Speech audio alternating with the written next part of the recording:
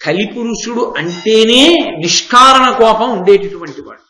కాబట్టి ఆయన అన్నాడు, ఆ తెరి నేను వెళ్లకుండా అయిపోయింది ఆ స్వయంవరం, ఈయన వెళ్ళేదాకా స్వయంవరం ఎందుకు ఉంటుంది, ఈయన స్వయంవరానికి వెళ్ళాలి కానీ. కాబట్టి నేను వెళ్లకుండా స్వయంవరం అయిపోయిందా, నలుణ్ణి వరించిందా, ఆ నలదమయంతులిద్దరూ సంతోషంగా కాలం ఎలా గడుపుతారో నేను చూస్తాను. వాళ్ళిద్దరిని అష్టకష్టాలు పెట్టి వాళ్ళిద్దరిని విడదీసేసి వాళ్ళు ఏడ్చేటట్టుగా చేస్తాను, వాళ్ళని ఎన్ని బాధలు పెడతానో చూడండి అన్నాడు.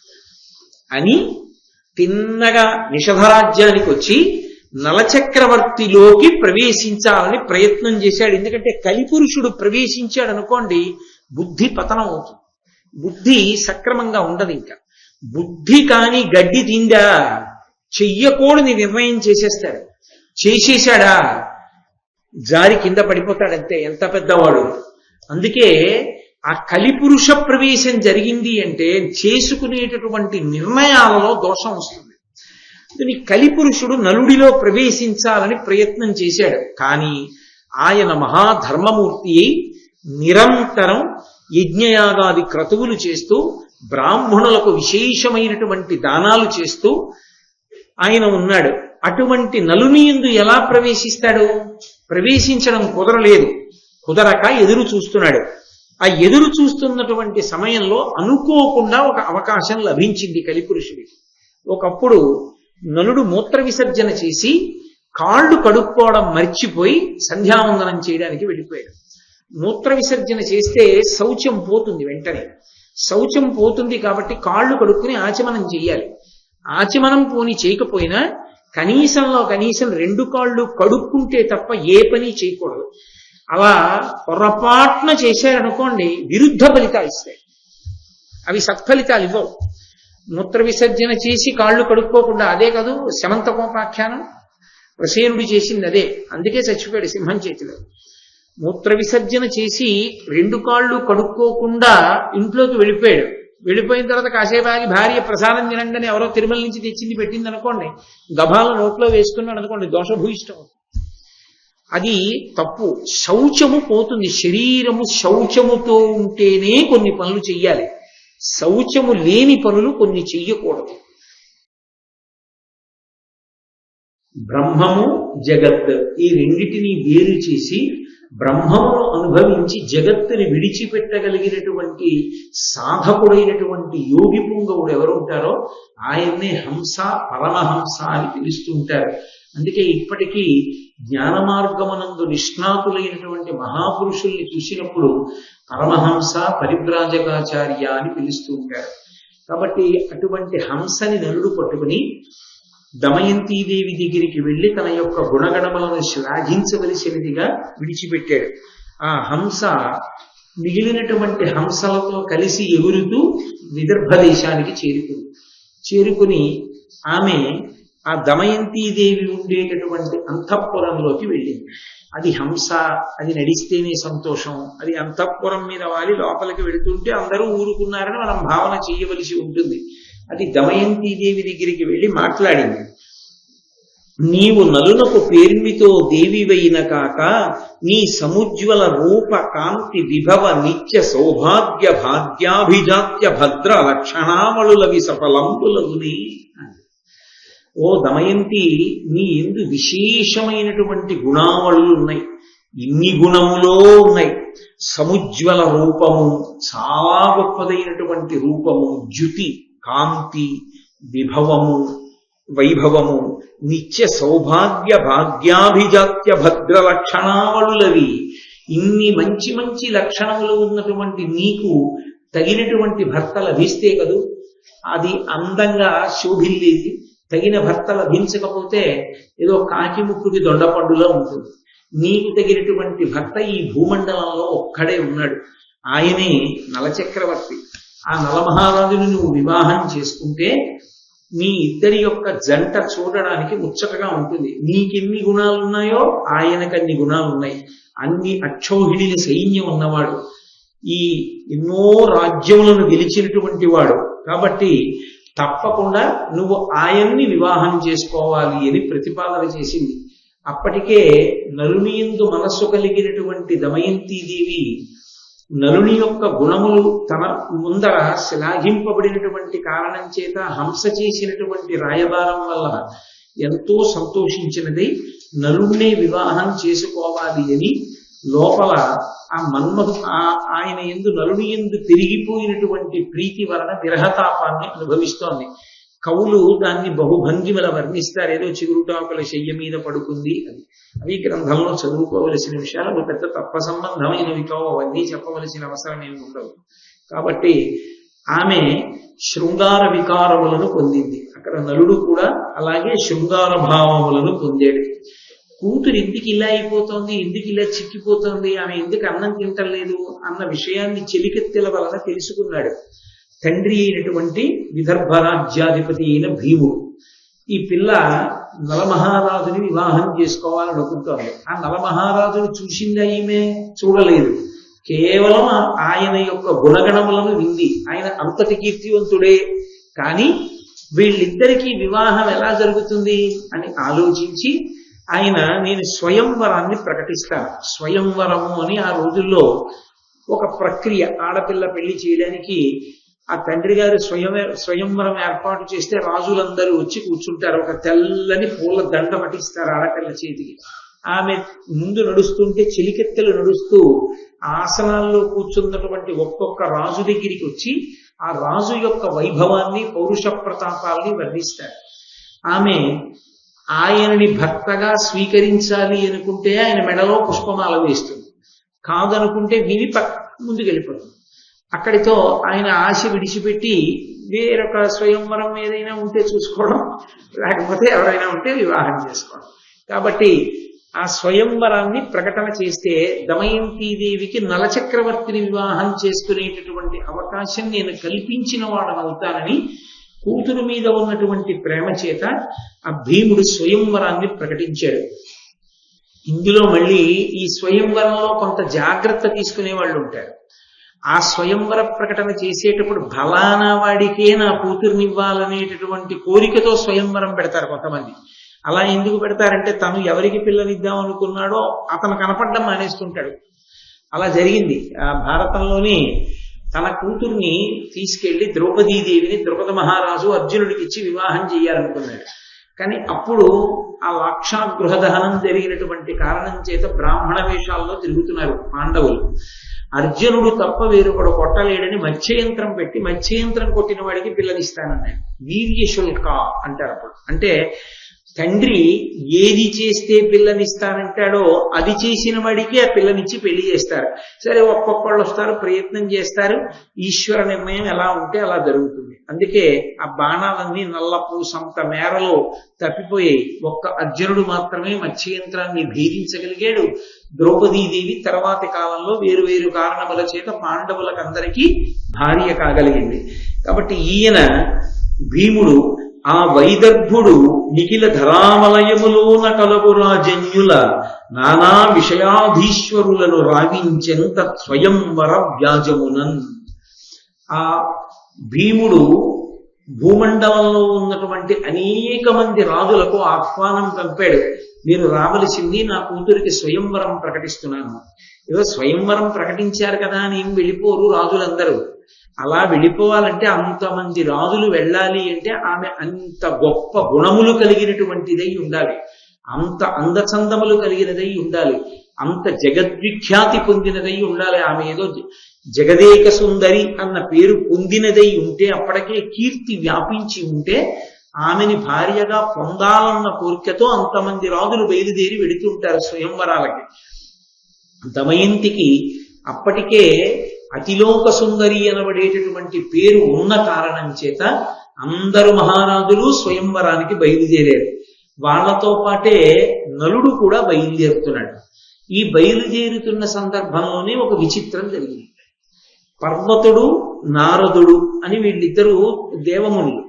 వీళ్ళు ఈ దేవర్షులిద్దరూ కూడా ఏదో దానం చేసుకుంటూ ఇంద్ర సభకి వెళ్ళారు. దేవేంద్రుడు చూసి వాళ్ళని ఒక మాట అడిగాడు, ఏమయ్యా మీరు అన్ని లోకాలు తిరుగుతూ ఉంటారు కదా, ఇప్పుడు ఏ లోకం నుంచి వచ్చారు అని అడిగాడు. మేము భూలోకం నుంచి వచ్చామన్నారు వాళ్ళు. సరే, భూలోకం నుంచి మీరు వచ్చానంటున్నారు కాబట్టి నాకు ఒక సమాచారం కావాలి భూలోకం గురించి. మీరు చెప్పవలసింది అన్నాడు. తప్పకుండా ఏం సమాచారం కావాలి అని అడిగాడు. భూమండలం మీద తరచుగా యుద్ధాలు జరుగుతుంటాయి. ఎందుచేత అంటే రాజులు ఎప్పుడూ ఒకళ్ళ మీద ఒకళ్ళు దండయాత్ర చేసుకుని యుద్ధం చేస్తారు. అందులో ప్రభుభక్తితో వెన్ను చూపించకుండా ప్రభువు కోసం యుద్ధం చేసి మరణించినటువంటి వీరులందరూ వీరస్వర్గం అనేటటువంటి పేరుతో స్వర్గలోకాన్ని చేరుకుంటూ ఉంటారు. ఈ మధ్యకాలంలో ఎవరు రాలేదు అలా రాజులు. ఏమి యుద్ధాలు లేవా? యుద్ధాలలో మరణించిన వారు లేరా?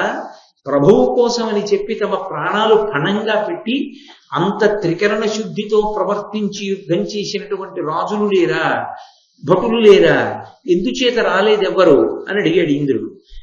ఆ వచ్చినటువంటి నారదుడు పర్వతుడు అనబడేటటువంటి దేవర్షులు అన్నారు, లేక కాదు, అలాంటి యుద్ధాలు జరగక కాదు, ఇప్పుడు వైషమ్యాలన్నిటినీ రాజులందరూ పక్కన పెట్టేశారు. ప్రస్తుతం ఎవరు యుద్ధం చెయ్యట్లేదన్నారు. ఎందుకు చెయ్యట్లేదు యుద్ధం అన్నారు. తర్వాత యుద్ధం చేద్దాం లేని ముందు అందరూ స్వయంవరానికి వెళ్ళిపోయారు, దమయంతి స్వయంవరానికి. ఎవరు యుద్ధం చేయట్లేదు. ఆ దమయంతి స్వయంవరం అయిపోతే అప్పుడు ఏమైనా మళ్ళీ పాత కక్షలు బయటికి తీసి దెబ్బలాడుకుంటారేమో చూడాలి. ఏమిటి ఆ దమయంతి స్వయంవరం కథ అని అడిగాడు. అడిగితే నర సిద్ధ సాధ్యులు విద్యాధరులు దేవతలలో ఆమె వంటి సుందరి లేదు. ఇది ఇంద్రుడి యొక్క మనస్సుని ఆకర్షించిన మాట. కేవలము నరకాంత కాదు ఆమె ఎంతటి సౌందర్యవతి అంటే ఆమెతో సమానమైనటువంటి సౌందర్యవతి నరులలో కాని సిద్ధులలో కాని సాధ్యులలో కాని దేవతలలో కాని లేదు. అంతటి అతిలోక సుందరి కాబట్టి దానికి తగిన గుణములు కలిగినటువంటి తల్లి. కాబట్టి ఆమెని భార్యగా పొందాలని ఏ మహారాజు అనుకోడు. అందుకని మహారాజులందరూ విదర్భ దేశానికి వెళ్ళిపోయారు స్వయంవరానికి. కాబట్టి ఎక్కడ యుద్ధాలు లేవు కాబట్టి వీరమరణాలు లేవు కాబట్టి ఇంద్రలోకానికి వచ్చేవాళ్ళు వీరు దేవేంద్ర అన్నాడు. అనగానే దేవేంద్రుడికి ఆశ్చర్యం కలిగింది. ఏంటి అంత అందమైనదా? అయితే ఆమెను వివాహం చేసుకోవలసిందే అనుకున్నాడు. అనుకున్నవాడు పోని తానొక్కడు బయలుదేరితే బాగుండేది. తనతో పాటుగా అగ్నిహోత్రుణ్ణి, యమధర్మరాజు గారిని, వరుణుణ్ణి నలుగురిని పిలిచి నలుగురు బయలుదేరి ఆకాశ మార్గంలో వెళ్ళిపోతున్నారు విదర్భ దేశానికి. వెళ్ళిపోతున్నప్పుడు కింద భూమి మీద నలచక్రవర్తి కూడా దమయంతి స్వయంవరానికే బయలుదేరుతున్నాడు. ఆ బయలుదేరుతున్న సందర్భంలో పైనుంచి వాళ్ళు నలుడిని చూశారు. వాళ్ళకి ఏమి తెలియదు, వాళ్ళు దేవతలు, వాళ్ళకి సమస్తం తెలుసు. ఈ నలుడిని వివాహం చేసుకోవాలని అనుకుంటోంది దమయంతీదేవి అనుకున్నారు. అనుకుని వాళ్ళు గబగబా కిందకి దిగొచ్చారు. వాళ్ళెవరో ఏమిటో ముందు చెప్పలేదు. నలుడితో మాట్లాడుతూ పిలవడమే నిత్య సత్యవ్రత అని పిలిచారు. ముందరి కాళ్ళకి బంధం అంటే అదే. అడిగితే కాదనలేనివాడా అని పిలిచి 10 రూపాయలు ఇమ్మంటే లేవడం ఇబ్బందిగా ఉంటుంది కదా. అలా నిత్య సత్యవ్రత అని పిలిచారంటే ప్రతినిత్యము సత్యమును మాత్రమే మాట్లాడేటటువంటి వ్రతం ఉన్నవాడా, ఒకరికి మాట ఇస్తే ఆ మాట తప్పడం అనేటటువంటి లక్షణము లేనివాడా, నిషధీష నీవు మా కమరంగ దూతవై అభిమతంబు సేయుము నావుడు జెచ్చెర నట్టుల చేయుదు మరి నాకు చెప్పుడు మీరలెవ్వారలు ఏను మీకిష్టంబుగా దూతనై ఏమి చేయుదుననినా అతనికి అమరేశ్వరుండిట్టులనియే నేనింద్రుండ వీరు దిక్పాలురు విదిత యశులు ధరణి నొప్పుచున్న దమయంతి సుస్వయంవరము చూచు వేట్క వచ్చియున్నవార నీవు మమ్ము వారిజాక్షికి నిరింగింపు నామధేయ కీర్తనముల అన్నాడు. ఆయన అన్నాడు, నిషధేశ, ఓ నిషధరాజ్యాధిపతి అయినటువంటి నల చక్రవర్తి, నీవు మాకు సౌకర్యంగా దూతవై బయలుదేరి వెళ్ళాలి. అలా వెళ్ళి మా గురించి చెప్పి మాకు ఉపకారం చెయ్యాలి అంటే నలుడు అన్నాడు, అసలు మీరెవరు, మీ గురించి ఎవరికి చెప్పాలి, ఏ ఉపకారం చెయ్యాలి, మీరెవరో చెప్పండి అన్నాడు. అంటే వాళ్ళన్నారు, నేను ఎవరినో చెప్తాను చూడు అని అమరేశ్వరుండిట్టులనియే. దేవేంద్రుడు అన్నాడు, నేను ఇంద్రుణ్ణి. ఇదిగో ఈ ముగ్గురు ఉన్నారే వీళ్ళు దిక్పాలు, వీళ్ళందరూ విదిత యశులు, అపారమైనటువంటి కీర్తి గణించినటువంటి వారు.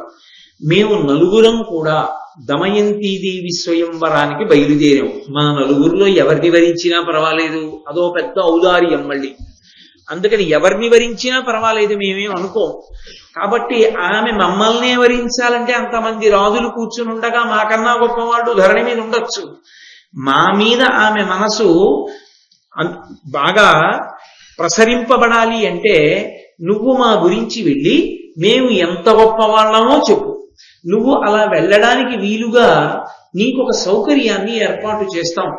నువ్వు ఎవరికీ కనపడకుండా ఆమె అంతఃపురంలోకి ప్రవేశించచ్చు. ఎందుకనంటావా, ఆమె ఎక్కడో అంతఃపురంలో రాచనగరులో రాణివాసంలో ఉంటుంది.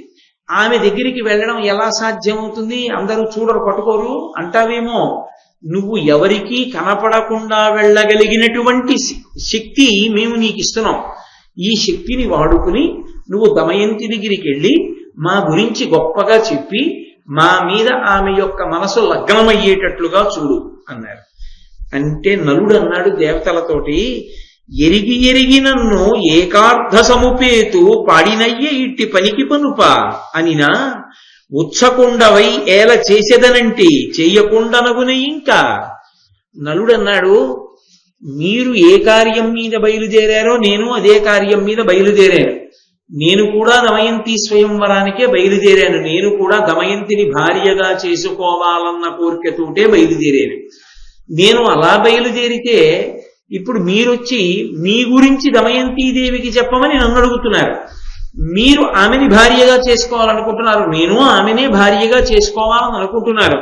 కాబట్టి మీరు నన్ను అలా అడగచ్చా? దోషం కదా, నేను మీ గురించి ఎలా చెప్తాను అన్నాడు. వాళ్ళు అన్నారు, మరి తప్పకుండా చేస్తాను అని ముందు మాట ఎందుకు ఇచ్చావు? నిత్య సత్యవ్రత అని మేము పిలవగానే తప్పకుండా మీరు అడిగింది చేసి పెడతాను, ఎవరు మీరు అని ఎందుకు అడిగావు? మాట ఇచ్చావుగా చేస్తానని. అందుకని నువ్వు వెళ్ళి మా నలుగురి గురించి దమయంతీదేవితో చెప్పు అన్నారు. మాలో ఎవరిని భర్తగా ఎంచుకున్నా మాకు అభ్యంతరం లేదు అంటే నలుడు ప్రచ్ఛన్న వేషంలో ఎవరికీ కనపడకుండా దమయంతీదేవి యొక్క అంతఃపుర ప్రాంగణానికి చేరుకున్నాడు. లోపలికి వెళ్ళాడు. ఆ చుట్టూ ఉన్నటువంటి పరిచారికలు ఆమెకేదో పూలదండలు కట్టి ఆమెకు అలంకారం చేస్తూ ఆమెకు సపర్యలు చేస్తున్నారు. నలుడు గురించి మాట్లాడుకుంటున్నారు ఆ చెలికెత్తెలు దమయంతీదేవి. ఎదురుగుండా నలుడు కనబడ్డాడు. అప్పటి వరకు నలచక్రవర్తిని ఆమె చూడలేదు, నలుడి గుణగణములను మాత్రమే వింది. ఆ మిగిలినటువంటి చెలికెత్తెలందరూ ఆశ్చర్యపోయి దిగిపోయారు. ఈమె వెళ్ళి, ఎవరు నువ్వు, ఎలా రాగలిగావు అంతఃపురంలోకి? చండశాసనుడైనటువంటి మా తండ్రి విదర్భ దేశాధిపతి అయినటువంటి భీముడు పరిపాలిస్తుండగా అంతఃపుర ప్రవేశం చెయ్యడం అనేటటువంటిది అత్యంత దోషమని నీకు తెలీదా? ఎలా వచ్చావు అంతఃపురంలోకి, ఎందుకు వచ్చావు అంది. నేను నలుణ్ణి అన్నాడు ఆయన. ఆయన నేను నలుణ్ణి అనేటప్పటికీ ఆమె ఎంతో సంతోషపడిపోయి అసలు ఈ స్వయంవరం అంతా నీ కొరకే ఏర్పాటు చేయబడింది, ఎలాగైనా నిన్ను రప్పించాలనే మా నాన్నగారి ప్రణాళిక, నా మనసు నీ యందు కుదురుకున్నది కనుక నేను నిన్ను వివాహం చేసుకుంటాను అని అన్నది. అంటే ఆయన అన్నాడు, కాదు కాదు, నలుగురు దిక్పాలకులు నన్ను దూతగా పంపారు, ఈ మాటలు నీకు చెప్పమన్నారు. వాళ్ళు సామాన్యులు కారు. ఒకడు ఇంద్రుడు, ఒకడు అగ్ని, ఒకడు యముడు, ఒకడు వరుణుడు. ఈ నలుగురు కూడా ఏ ఒక్కరైనా సరే నువ్వు వరించవచ్చు ఈ నలుగురిలో. కాబట్టి వాళ్ళ గుణగణములను నీ దగ్గర చెప్పమని వాళ్ళు నన్ను పంపించారు. నీ యొద్దకు గుర్తించిరి మాయం దొక్కరు అభీష్టమతి వరియింపం తోయజముకి ప్రార్థింపము మా అందరకును ప్రియం బమర్పము ప్రీతిన్. నువ్వు వెళ్ళి మా గుణాలని చెప్పి మాలో ఒకరిని వరించేటట్టుగా చెయ్యమని ఆ నలుగురు పంపించారు, అందుకు వచ్చాను. కాబట్టి నువ్వు వాళ్ళల్లో ఎవరినైనా ఒకరిని పతిగా ఎంచుకో అన్నాడు. అంటే ఆవిడంది, నేను మానసికంగా ఎప్పుడో నిన్ను వరించి ఉన్నాను, నిన్నే భర్తగా భావన చేసిన దానను. ఇప్పుడు కొత్తగా దేవతలు వివాహం చేసుకుంటానన్నారు కదా అని మైన మనస్కనైనటువంటి నేను వేరొకరిని వివాహం చేసుకునేదానను కాను. వారి యందు నాకు పూజ్యభావన ఉంది, వారిని గౌరవిస్తాను. కానీ నా మనసులో నిన్ను భర్తగా భావన చేశాను.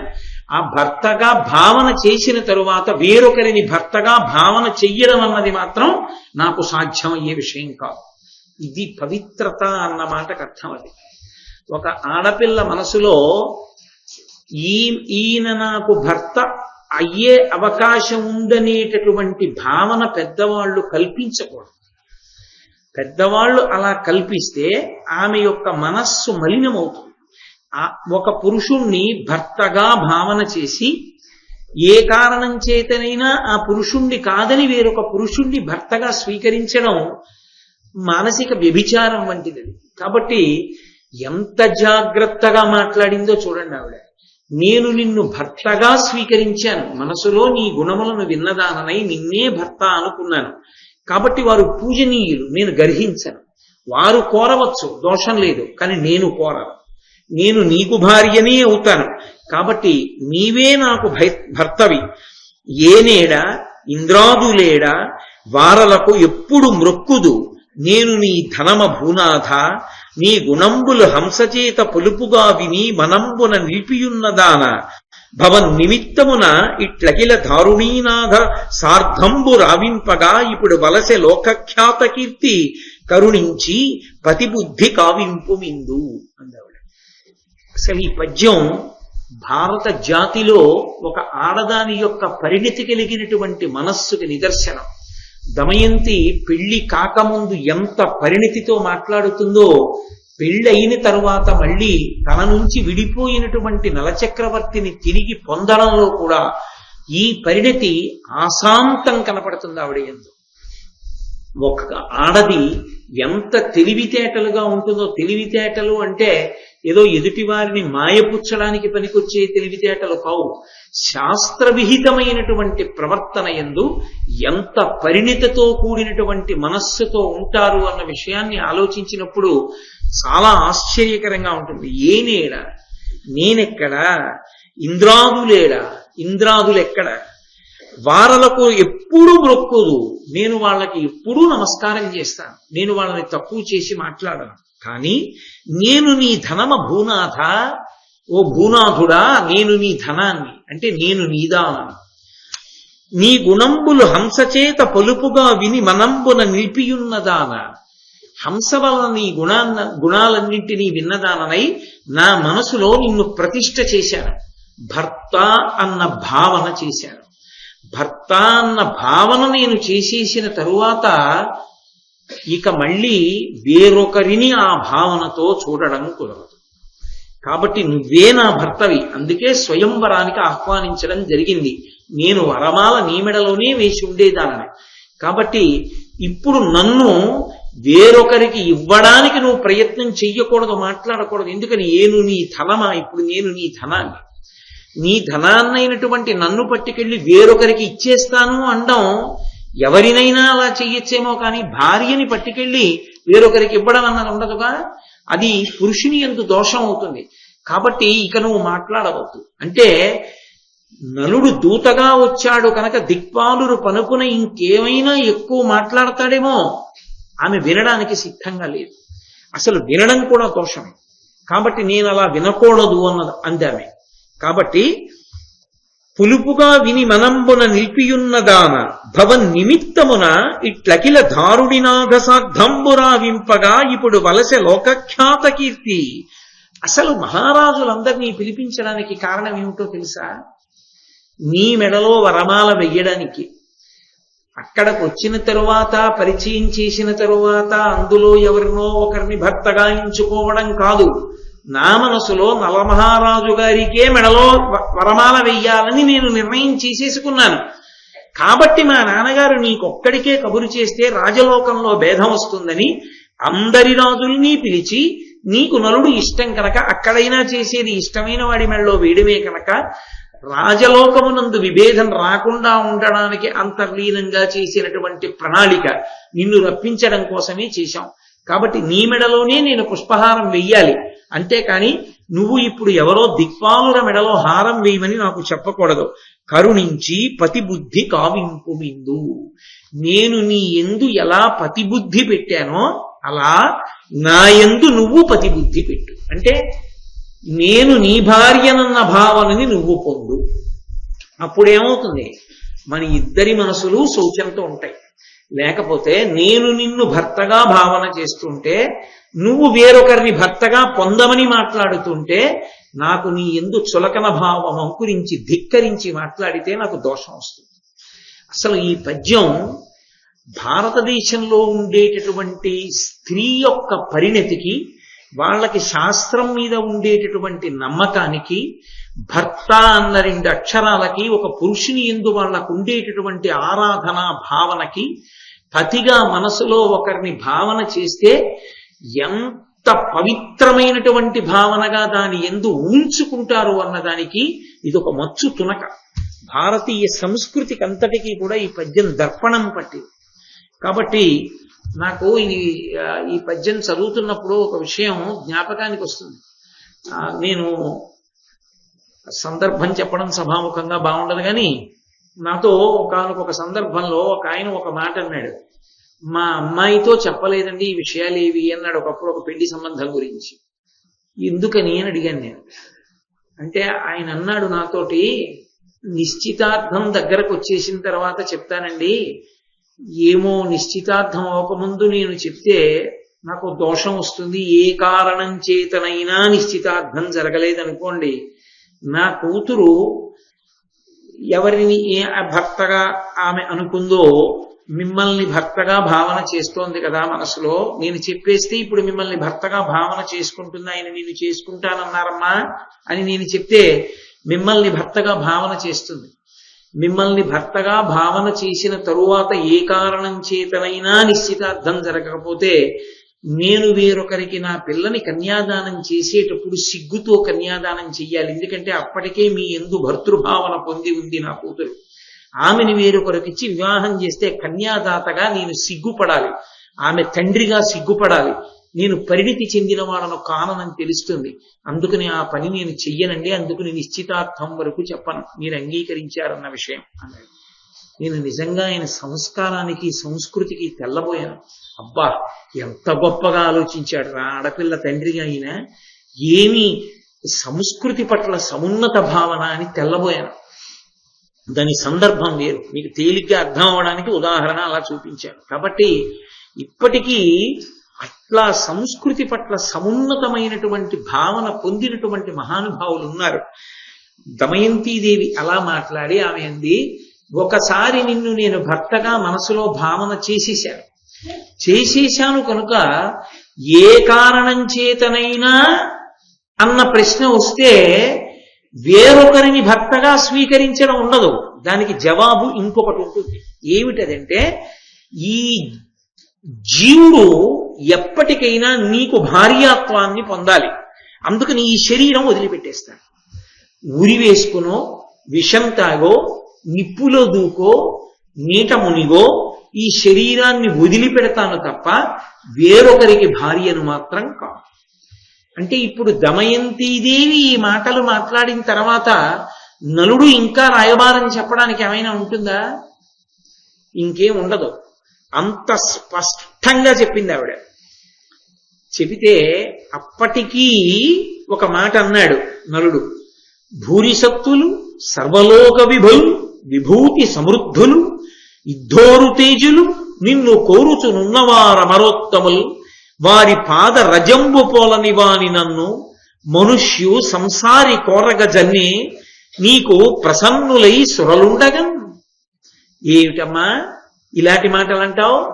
అపారమైనటువంటి కీర్తి వహించినటువంటి వారు, సర్వలోకములకు భర్తలైనటువంటి వారు, అపారమైనటువంటి ప్రఖ్యాతి గణించినటువంటి వారు, విశేషమైన తేజస్సున్నవారు, నిన్ను కోరుతున్నటువంటి వాళ్ళు సాక్షాత్తుగా దేవతలు. వాళ్ళ పాదములకు అంటుకున్నటువంటి ధూళికణాలు ముట్టుకోవడానికి నాకు అర్హత లేదు. నేను మనుష్యుణ్ణి మర్త్యలోకంలో పుట్టాను. మర్త్యలోకమనందు పుట్టినటువంటి వాడిని మానవ అంటే మనువంశంలో వచ్చిన వాడని, మానవ మనుష్య అంటే మృత్యువును పొందుతాడు అని. ఏది ఈ లోకంలో అంటే భూలోకమనందు పుట్టింది అంటే దాని అర్థం ఏమిటంటే అది వెళ్ళిపోతుంది అని గుర్తు. ఏది ఈ లోకంలో పుట్టిందో అది ఉండదు, అది శాశ్వతంగా ఉండదు, అది వెళ్ళిపోతుందని గుర్తు. అది ఈ భూలోకానికి ఉన్నటువంటి లక్షణం. అందుకే ఆ లక్షణం అంకురించినటువంటి వాడు విశేష శోకాన్ని పొందడు. ఎందుకంటే ఇక్కడ కనపడేటటువంటివన్నీ పగిలిపోయే బొమ్మలే. పగలని బొమ్మలు ఈ లోకంలో సృష్టి చెయ్యడు ఈశ్వరుడు. ఎందుకంటే భూలోకమునకది లక్షణం. ఇక్కడ ఎప్పుడైనా ఏదైనా పుట్టింది, జనన తేదీ ఉంది అంటే దానికి మరణ తేదీ ఉంటుంది, ఆ శరీరం ఉండదు అని గుర్తు. అది ఎప్పుడో ఒకప్పుడు వెళ్ళిపోతుంది. కానీ పెద్దవాళ్లుగా చిన్నవాళ్ళని దీర్ఘాయుష్మంతులు కావాలని మనం కోరుకుంటాం. కాబట్టి ఇక్కడ ఉన్నటువంటి వాళ్ళు వెళ్ళిపోతారు. సంసారము అన్న మాటకి పర్యాయ పదం మృత్యువు. మృత్యువుని పొందుతారు. కాబట్టి మృత్యువుని పొందేటటువంటి జన్మ ఉన్నవాణ్ణి నేను. మృత్యువు లేకుండా, వృద్ధాప్యం లేకుండా ఎప్పుడూ సంతోషం అనుభవించగలిగినటువంటి వారు దేవతలు. అటువంటి దేవతలు నిన్ను వివాహం చేసుకుంటానంటున్నారు. వాళ్ళ పాద ధూళికి సరిపోనటువంటి నన్ను వివాహం చేసుకుంటానని నువ్వంటున్నావు. అసలు ఏమైనా అర్థం ఉందా నువ్వు మాట్లాడినటువంటి మాటలకి అని అడిగారు నలచక్రవర్తి దమయంతిని. అడిగితే దమయంతిదేవంది, ఈ సందేశం వద్దని చెప్పాను కదా, నాకు కావలసింది నువ్వు అంతే. నువ్వు మర్త్యుడవైతే నేను కూడా ఆలోకంలో పుట్టినదాననేగా.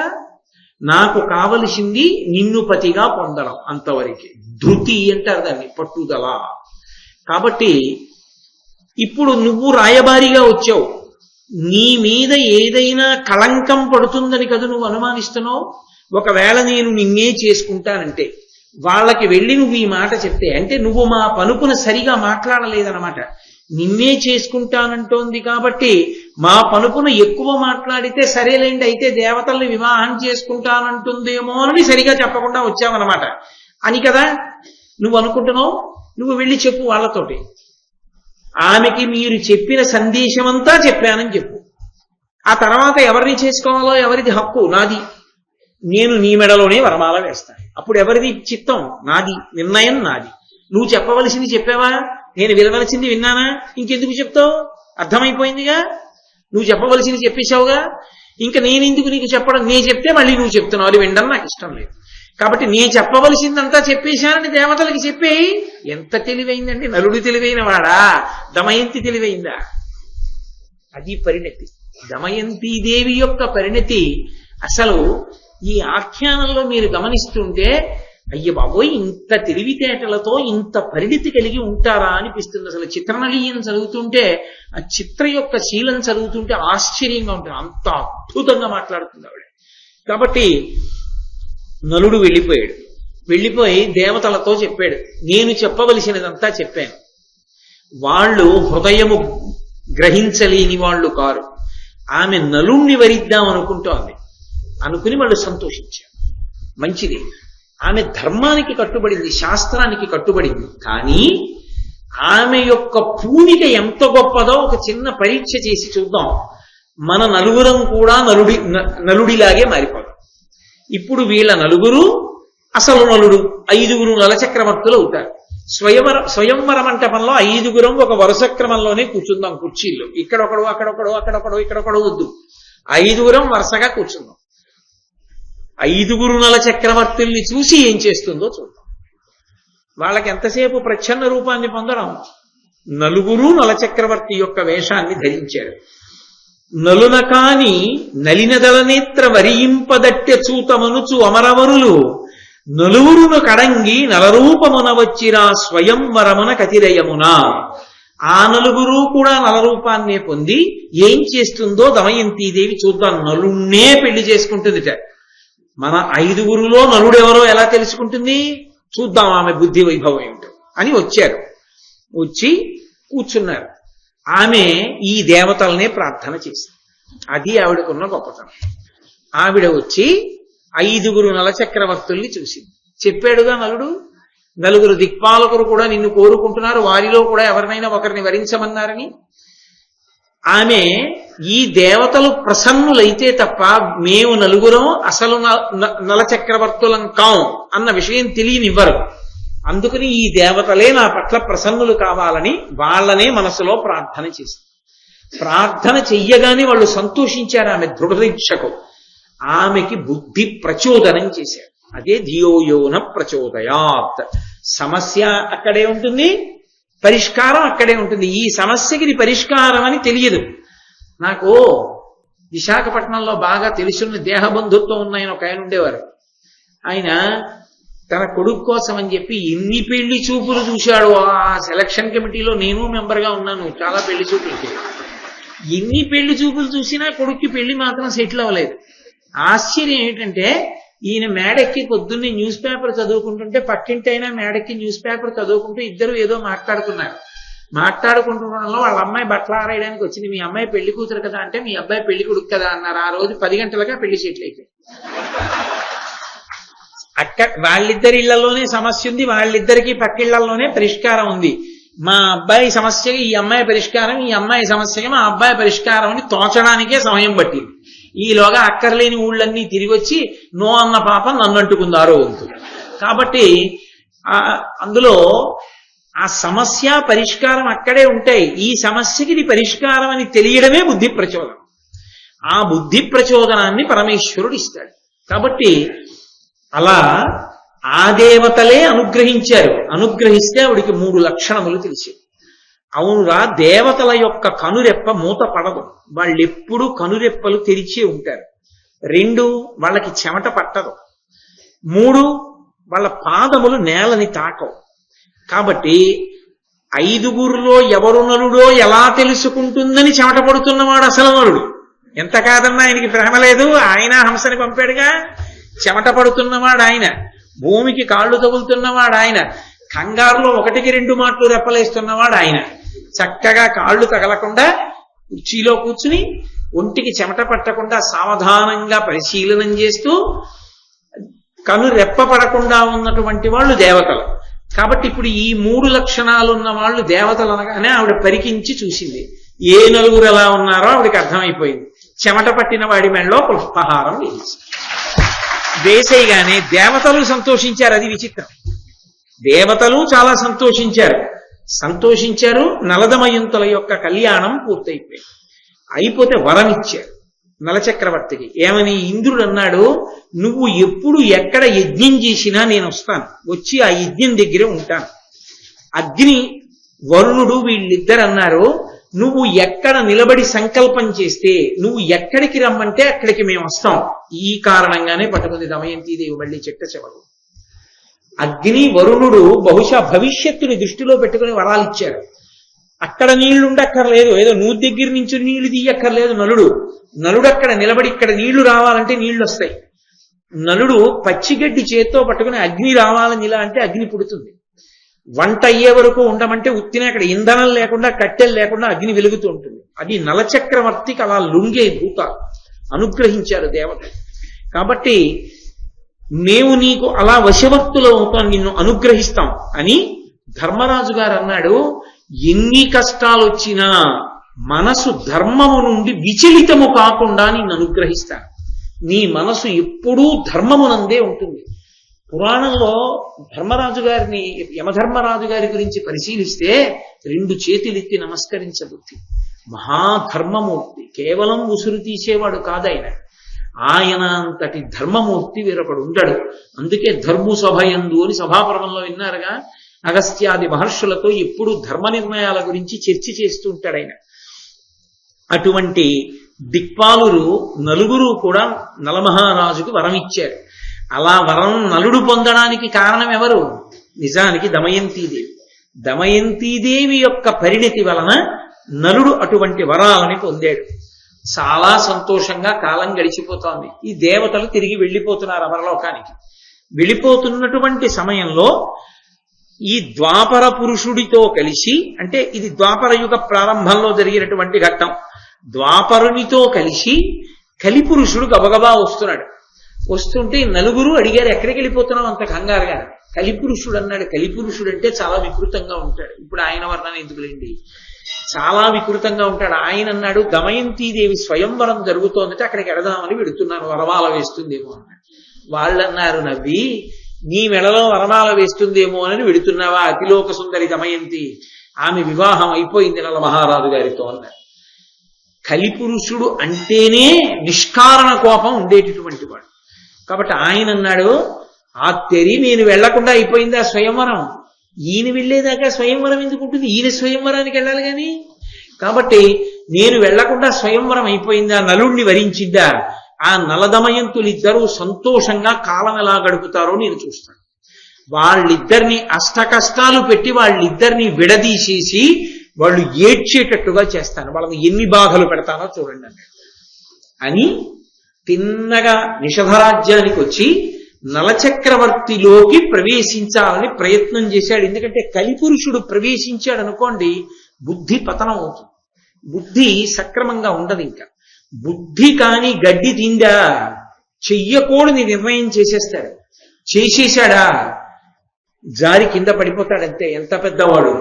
అందుకే ఆ కలిపురుష ప్రవేశం జరిగింది అంటే చేసుకునేటటువంటి నిర్ణయాలలో దోషం వస్తుంది. కలిపురుషుడు నలుడిలో ప్రవేశించాలని ప్రయత్నం చేశాడు. కానీ ఆయన మహాధర్మమూర్తి అయి నిరంతరం యజ్ఞయాగాది క్రతువులు చేస్తూ బ్రాహ్మణులకు విశేషమైనటువంటి దానాలు చేస్తూ ఆయన ఉన్నాడు. అటువంటి నలుని యందు ఎలా ప్రవేశిస్తాడు? ప్రవేశించడం కుదరక ఎదురు చూస్తున్నాడు. ఆ ఎదురు చూస్తున్నటువంటి సమయంలో అనుకోకుండా ఒక అవకాశం లభించింది కలిపురుషుడికి. ఒకప్పుడు నలుడు మూత్ర విసర్జన చేసి కాళ్ళు కడుక్కోవడం మర్చిపోయి సంధ్యావందనం చేయడానికి వెళ్ళిపోయాడు. మూత్ర విసర్జన చేస్తే శౌచం పోతుంది, వెంటనే శౌచం పోతుంది కాబట్టి కాళ్ళు కడుక్కుని ఆచమనం చెయ్యాలి. ఆచమనం పోని చేయకపోయినా కనీసంలో కనీసం 2 కాళ్ళు కడుక్కుంటే తప్ప ఏ పని చేయకూడదు. అలా పొరపాటున చేశారనుకోండి విరుద్ధ ఫలితాలు ఇస్తాయి, అవి సత్ఫలితాలు ఇవ్వవు. మూత్ర విసర్జన చేసి కాళ్ళు కడుక్కోకుండా, అదే కాదు శమంతకోపాఖ్యానం ప్రసేనుడు చేసింది అదే, అందుకే చచ్చిపోయాడు సింహం చేతిలో. మూత్ర విసర్జన చేసి 2 కాళ్ళు కడుక్కోకుండా ఇంట్లోకి వెళ్ళిపోయాడు. వెళ్ళిపోయిన తర్వాత కాసేపు ఆగి భార్య ప్రసాదం తినండి ఎవరో తిరుమల నుంచి తెచ్చింది పెట్టింది అనుకోండి, గభాలను నోట్లో వేసుకున్నాడు అనుకోండి, దోషభూయిష్టం. అది తప్పు.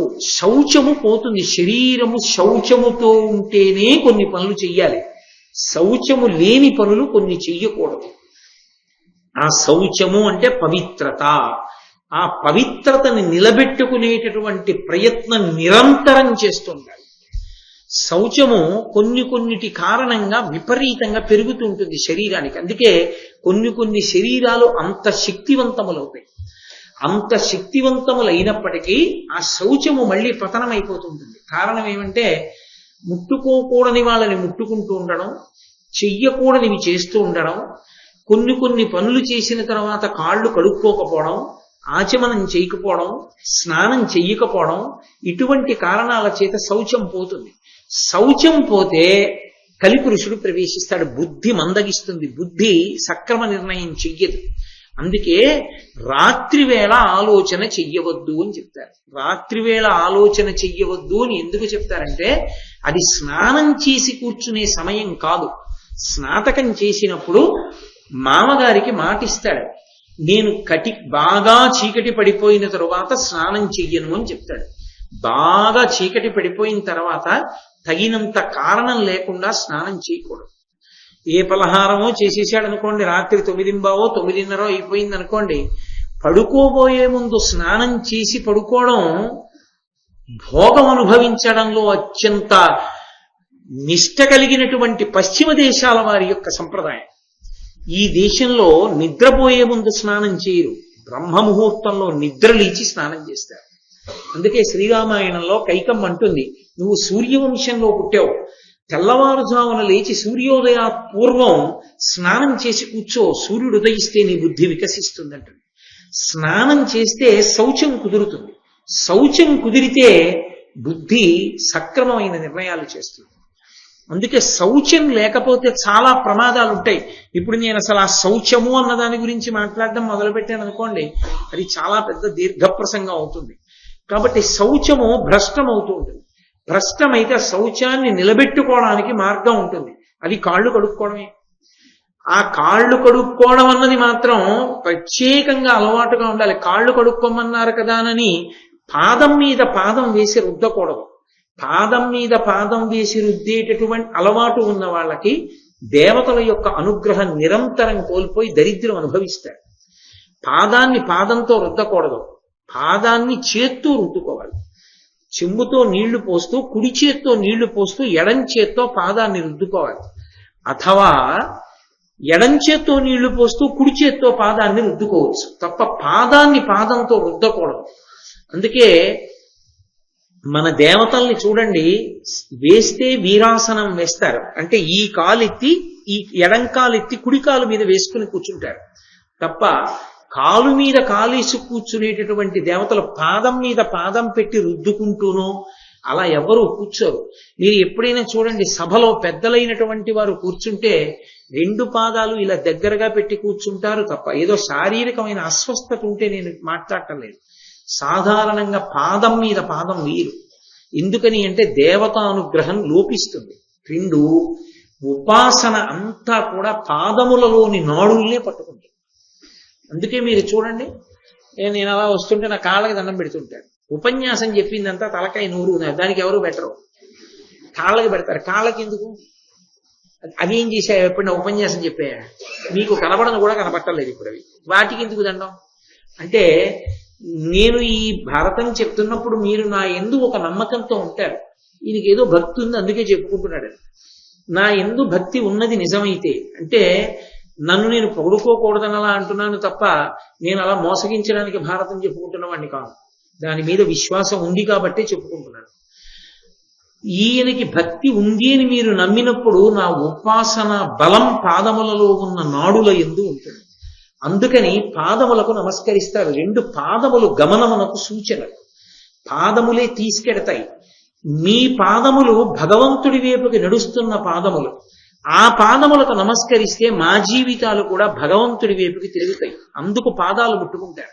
3, ఈ తల ఇలా ఎత్తి నించున్నాను, ఇలా నించున్నాను కాబట్టి పాడయ్యాను. ఇప్పుడు ఈ తలని పాదములంత కిందకి దింపేస్తున్నాను. కింద ఉన్న పాదములు ఎంత కిందకుంటాయో, నాది నాది నేను నేనన్న స్ఫురణ కల్పించినటువంటి ఈ అహంకార స్థానమైన శిరస్సుని పాదములంత క్రిందకి దించి, నా తల మీకు కిందన ఉన్నటువంటి పాదములకు తగిలితే నాకు అభ్యున్నతి, మీరు నన్ను పైకెత్తాలి, మీరు నన్ను ఎత్తడానికి యోగ్యులు, నిలబడడానికి మీరు అర్హులు, మీ ముందు వంగడానికి నేను అర్హుణ్ణి అని చెప్పడానికి వంగి పాదములు ముట్టుకుంటారు. ఒకరి పాదములను నిజానికి ముట్టుకోకుండా ఉండడమే మంచిది, ఎప్పుడూ ముట్టుకోకూడదు. దానికి కారణం వేరు ఉన్నది. దానికి పెద్ద దాపరికం ఎందుకు? మీకన్నా అధిక ఉపాసన బలం కలిగిన వారైతే మీ ఉపాసనా బలాన్ని లాగేస్తారు. పాదములకు ఆ శక్తి ఉంటుంది, మీ ఉపాసనా బలం వాళ్ళు లాక్కుంటారు. అందుకని చేయకూడదు, పాదాలు ముట్టుకోకూడదు. 2, వాడు ఏదో శౌచంతో ఉన్నాడనుకోండి, గబుక్కుని తగిన శౌచంతో ఉన్నారో లేదో చూసుకోకుండా మీరు ముట్టుకున్నారనుకోండి, ఆయన శౌచం పతనం. అప్పుడు ఆయన దానికి ప్రాయశ్చిత్తం చేసుకోకపోతే ఆ ఫలితం చేసిన వాళ్ళ ఖాతాలో పడిపోతుంది. పీఠాధిపత్యంలో ఉన్న వ్యక్తుల యొక్క పాదాన్ని ముట్టుకున్నాం అనుకోండి, ఇంకా ఆ రోజున వాళ్ళు భిక్ష చేయకూడదు. ఆయన భిక్ష చేయకుండా ఉండిపోయినటువంటి పాపంలో ఫలితం మనకు పడుతుంది. అందుకే దూరంగా ఉండండి, దూరంగా ఉండండి, పాదాలు ముట్టుకోకండి అంటే అది అహంకారం కాదు, మనశ్రేయస్సు కొరకే. అందుకే ఉత్తమ మార్గం ఏమి అంటే పాదాలు ముట్టుకోకూడదు. వారు నిలబడి ఉంటే దానికి ముందు ఉన్న భూమిని ముట్టుకుని నమస్కారం చేయాలి. అంతేకాని పాదాలు స్పృశించడం మంచిది కాదు. అది యథార్థానికి సంప్రదాయంలో ఒక్క గురువు గారు కనపడితే, సంప్రదాయ శిష్యులైతే, మంత్రోపదేశాన్ని పొందినటువంటి శిష్యులకు ఒక్కరికే అధికారం గురువు గారి పాదాల మీద తలపెట్టి నమస్కారం చేయొచ్చు. అది అపూర్వమైనటువంటి అదృష్టం. గురువు గారి పాదాల మీద తలపెట్టినప్పుడు పొందేటటువంటి ఆనందం అనన్య సామాన్యమైన. వీపు మీద 2 చేతులు వేసి ఆశీర్వచనం చేస్తుంటే ఎంత సంతోషంగా ఉంటుందో. గురువు గారి పాదాలు తలుచుకుంటేనే అసలు ఎంత ఆనందంగా ఉంటుందో. మా గురువు గారి పాదాలు, ఆయన పాదాలకి నా తల తాటించి నమస్కరించడం, వారు నా వెన్ను రాసి నా భుజాలు పట్టుకుని పైకెత్తడం తలుచుకుంటే నాకు పరవశంగా ఉంటుంది. గురువు గారి పాదములంటే అవి ఈశ్వరుని పాదములే, అంత గొప్పవి. అది ఒక్క సంప్రదాయ శిష్యులకే అధికారం, అన్యులకు ఉండదు అలా ముట్టుకోవడానికి. సరే, కాబట్టి ఆ నలుడు మూత్ర విసర్జన చేసి కాళ్ళు కడుక్కోలేదు. కాళ్ళు కడుక్కోకుండా సంధ్యావందనం అనేటటువంటిది కాల సంబంధమైన విషయం. ఆ వేళ దాటిపోయింది అనుకోండి, ఆ వెళ్ళకూడదు. ఆ సంధ్యావందనం చేస్తే ప్రాయశ్చిత్తంతో చేయాలి. ప్రాయశ్చిత్తంతో చేయడం అంటే కొంచెం సిగ్గుతో చేయవలసిన పనిది. నేను వేళ పట్టును ఇవ్వలేకపోయాను అని, కాబట్టి వేళ పట్టున ముందు సంధ్యావందనం చేసేస్తాడు తప్ప ఇంకొక పని కోసం ఉండకూడదు. నిజానికి అసలు సంధ్యావందనం చేసుకునే అలవాటు ఉన్న వాళ్ళ ఇంటికి సంధ్యావందన సమయమునందు వెళ్ళకూడదు. వెడితే వాళ్ళకి కాలాతిక్రమణం అవుతుంది. కాలాతిక్రమణం అయితే ఆ దోషం మనకు వస్తుంది. వాళ్ళ ఇంటికి వెళ్ళకూడదు. నాకు బాగా గుర్తు, మల్లంపల్లి శరభేశ్వర శర్మ గారని మహాపండితుడు. ఆయన నాతో మాట్లాడుతూ ఒకప్పుడు ఒక మాట చెప్పారు. ఓ రోజు సాయంకాలం విశ్వనాథ సత్యనారాయణ గారి ఇంటికి వెళ్ళి గేటు తీశారట. ఆయన గేటు తీస్తే సత్యనారాయణ గారు అరుగు మీద నించుని పెద్ద కేకేశారట. రే ప్రదోషమేళ అవుతోంది, సూర్యాస్తమయం అవుతోంది, చేశావా సంధ్యావందనం? ఆయన హడిలిపోయి ఇలా అన్నట్ట. సర్వేశ్వర శర్మ గారు అంటే మహాపండితుడు. ఆయన సభలో ఉంటే అష్టావధానం, శతావధానం, సహస్రావధానం చేసేవాళ్ళు భయపడిపోయినకి నమస్కారం పెట్టి వెళ్ళిపోమనేవారు. మీరుంటే మాకు నోరు పెగలదని. అంతటి మహాపండితుడు శరభేశ్వర శర్మ గారు. ఆయన సంధ్యావందనం చేశావా అని ఒక్క కేకేస్తే ఆయన చెయ్యలేదంటే పో సంధ్యావందనం చేయి తర్వాత రా అని అరిచేట. ఆయన నాకు చెప్పుకుని మురిసిపోయారు. సత్యనారాయణ గారికి అంత దాని మీద దీక్ష అండి, అంత నమ్మకం. సంధ్యావందనం అంటే సంధ్యావందనమే, దానికి ఇక ప్రత్యామ్నాయం లేదు. అది అంత పూనికతో చేయవలసినటువంటిది. అది బ్రహ్మాస్త్ర ప్రయోగం. మనసు కేంద్రీకరించి అర్ఘ్యం ఇంట్లో విడిచిపెడుతున్నాడంటే ఎటువంటి భూత ప్రేత పిశాచ ఉగ్రభూతముల లోపలికి ప్రవేశించలేవు. అంత గొప్పది సంధ్యావందనం. అటువంటి సంధ్యావందనానికి భ్రష్టత్వం పొంది అధికారం కోల్పోవడం అంటే అంతకన్నా అన్యాయమైన విషయం ఇంకోటి లేదు లోకంలో. కాబట్టి ఆ సంధ్యావందనం చేసేసుకోవాలన్న త్వర కాళ్ళు కడుక్కోవడాన్ని మరిచిపోయేటట్టు చేసింది. పాపం ఆయన మనసులో ధర్మాన్ని విడిచిపెట్టలేదు. ధర్మమునందు పూనికే శౌచమునందు దోషం వచ్చింది. యమధర్మరాజు గారు ఇచ్చిన వరం పాడైందని మీరు అనుకోకూడదు. ఇప్పుడు కాళ్ళు కడుక్కోలేదు కాబట్టి, శౌచం లేదు కాబట్టి నలుడిలోకి ప్రవేశించడానికి కలికి అవకాశం కలిగింది.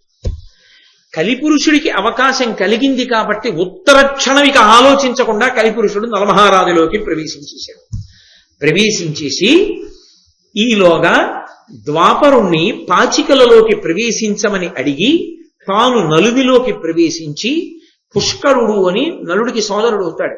ఆ పుష్కరుడి దగ్గరికి వెళ్ళి నీకు మహాద్భుతమైన అవకాశం వచ్చింది, ఇప్పుడు నలుడు ఓడిపోతాడు. ఎందుకంటే కలిపురుషుణ్ణి లోపల ప్రవేశించాను కాబట్టి నువ్వు వచ్చి ఆ నలుడితో జూదమాడమని ఆ పుష్కరుడు అనేటటువంటి రాజుని పిలుచుకొస్తూ కలిపురుషుడు బయట ఒక బ్రాహ్మణ వేషాన్ని ధరించి రాజుతో కలిసి వచ్చి నలుణ్ణి గట్టిగా నిర్బంధించారు జూదమాడమని. ఆయన అనుకున్నాడు, ధర్మమునందు విశేషానురక్తి కూడా ఒక్కొక్కసారి చిక్కు తెచ్చిపెడుతూ ఉంటుంది. నలమహారాజు అనుకున్నాడు, జూతార్థము తత్కితవాహుతుడనై జూదమాడకుండుట ధర్మాపేతంబని అభిముఖుడై ఆతనితో నలుడు జూదమాడగడంగెన్. ఎవరైనా వచ్చి జూదానికి పిలిస్తే, అంటే అందరినీ కాదు, రాజ్యమేలే ప్రభువుని. ఆ కోటేశ్వరారు భారతం చెప్తూ చెప్పారంటే అందుకు వెళ్ళానంటే నా మీద పెట్టద్దు. నేను చెప్పిన ధర్మం ఎవరికి అన్వయం అవుతుంది అంటే భూమండలాన్ని ఏరేటటువంటి మహారాజులకు. అసలు వాళ్ళు ఇప్పుడు లేరు, భూమండలాన్ని ఏలే మహారాజులు అన్నవారు లేరు కాబట్టి ఈ సిద్ధాంతం అన్వయం అయ్యేవాడు లేడు, రేపు నా పేరు చెప్పవలసిన వాడు లేడు. కాబట్టి మహారాజునయ్యుండి నన్ను జూదానికి ఆహ్వానిస్తే నేను వెళ్లకుండా ఉండకూడదు. ధర్మయుద్ధం ధర్మజూదం రెండూ సమానం కనుక నేను జూదానికి వెళ్ళాలి అనుకుని బయలుదేరాడు. కానీ ఆ జూదానికి ఒక లక్షణం ఉంది, అది రెచ్చగొడుతుంది మనిషిని, రెచ్చగొట్టే లక్షణం ఉన్నది. కాబట్టి అక్కడికి వెళ్ళి ఆ జూదం ఆడడం మొదలుపెట్టాడు. ఆ మొదలుపెట్టినప్పుడు కలధనములెల్లనొడ్డుచు అలయక జూదమున విజితుడగుచుండే నిజాప్తులు వారించిన నుడుగక నలుడు కలిప్రేరణంబునను హతమతి అయి. కలి ప్రవేశించకుండా ఉంటే నలుడి బుద్ధి ఇంకోలా ఉంటుంది. ఏదో కాసేపు పందెం వేసి ఆడానుగా వచ్చానుగా పిలిచావు చాలు, రాసకార్యం ఉంది, లేచి వెళ్ళిపోతాడు. కానీ కలి ప్రవేశించి ఉన్నాడు కాబట్టి బుద్ధి సక్రమ నిర్ణయం చెయ్యదు ఇప్పుడు.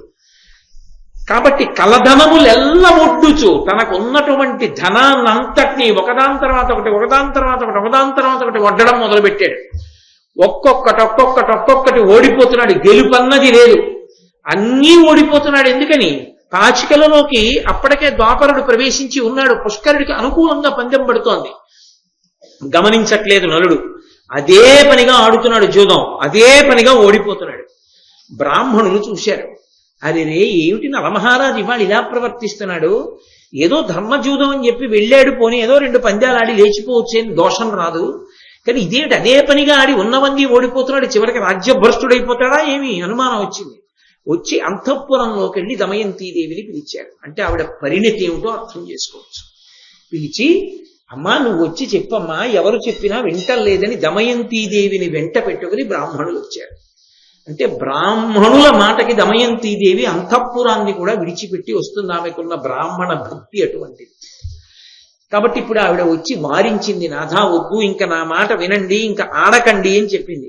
ఎంత యోటుబడిన అంతయ జూదంబునందు తగులా చలము నతిశయిల్లు ఏమి చేయుదాన ఇది ఎగ్గునకు మూలమని లతాంగి దుఃఖితాత్మయగుచు.